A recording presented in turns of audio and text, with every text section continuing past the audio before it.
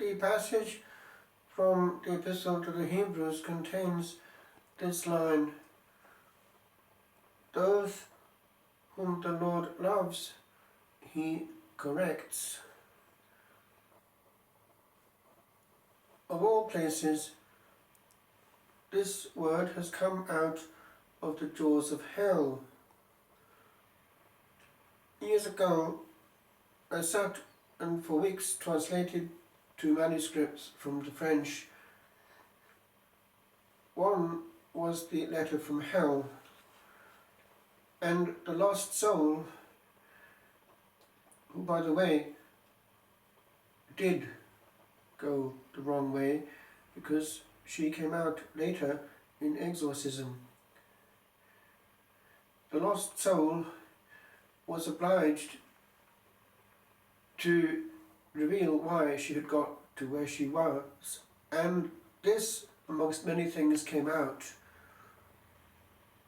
In being obliged to tell the truth, she disclosed how she had refused grace, and this verse actually came out: "Those whom the Lord loves, he corrects." And it was given to understand that one of the corrections was something going terribly wrong. And it did not happen in her case. She was always refusing grace, and she was obliged to admit that had there been something which would have brought her to her knees, it would have been her one last chance. There were many solicitations coming through, and each time it was a refusal. And when it came to the last, which happened on the Sunday that she was actually going to die, when she heard this prompting, could perhaps go to church to Mass one last time, she immediately expelled it with a definitive no. Let us be finished with all this once and for all. I will carry the consequences. And that same day, this fatal accident took place. And it was explained also that when it comes to the last, because the soul has been habitually refusing grace, the last invitation coming to the soul at that last moment will tendentially be what out of force of habit it has ever been. That is frightening, for souls do have, even at the last moment, something that we cannot perceive, and they will carry on as they have. So one can't push back indefinitely the preparation, saying to oneself, I'll get my act together at the end.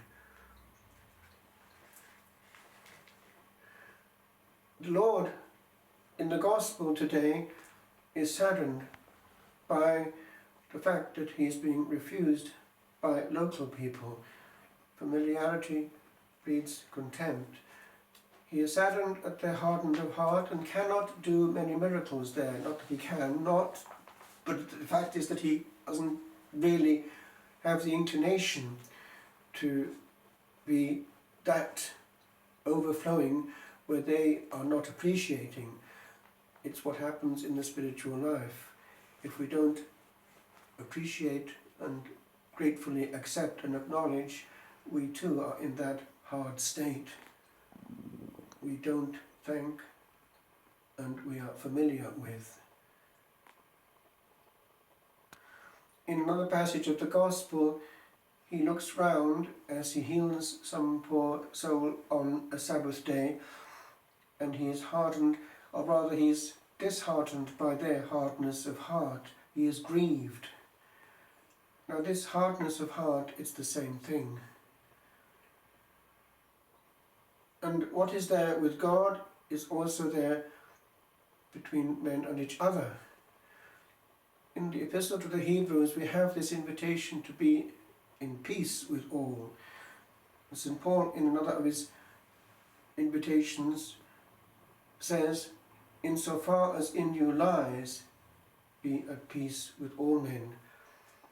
And so if we find ourselves in the company of an unpeaceful soul, the problem is that the unpeace is in that soul, and we don't need to share it.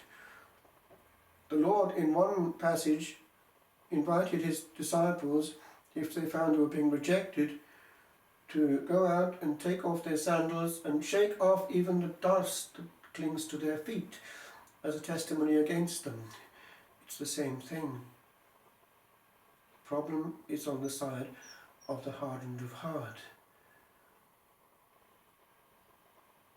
And so it is perhaps a trick to damage limitation in our life on earth if we encounter souls who are not receptive.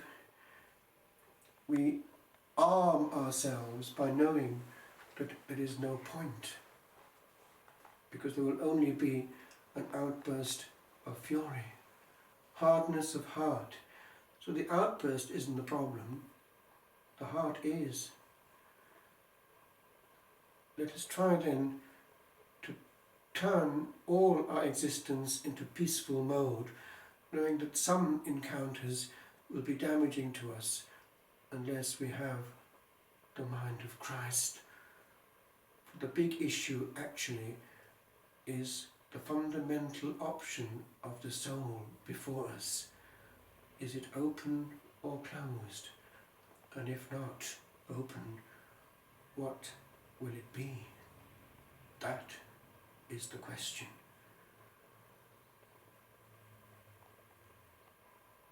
Il Signore in questo Vangelo è rattristato della durezza del cuore.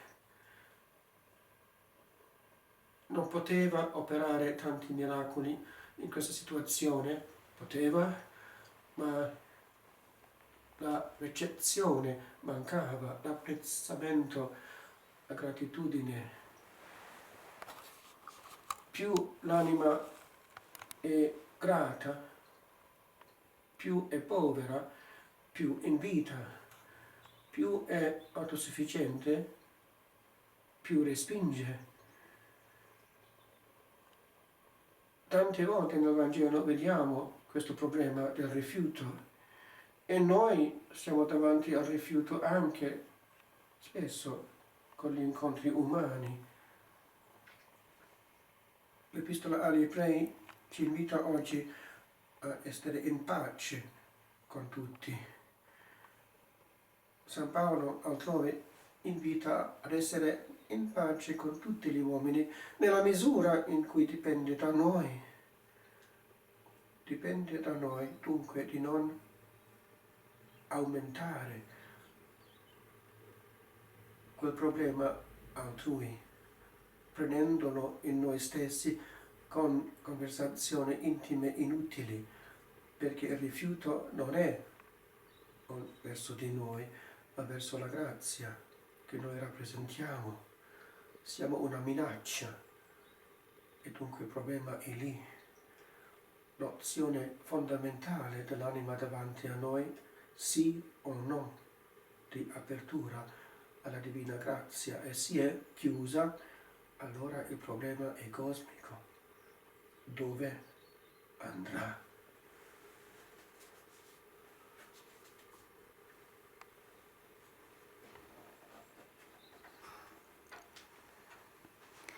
Mentre trascorre la vita, solo tu non sei mai. Santa Maria del Cammino,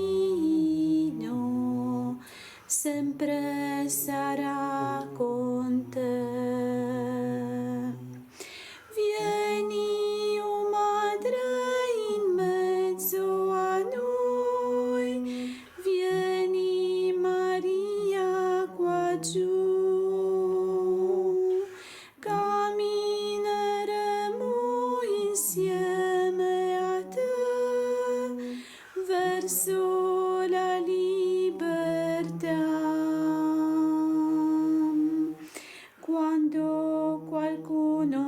ti dice, nulla mai cambierà.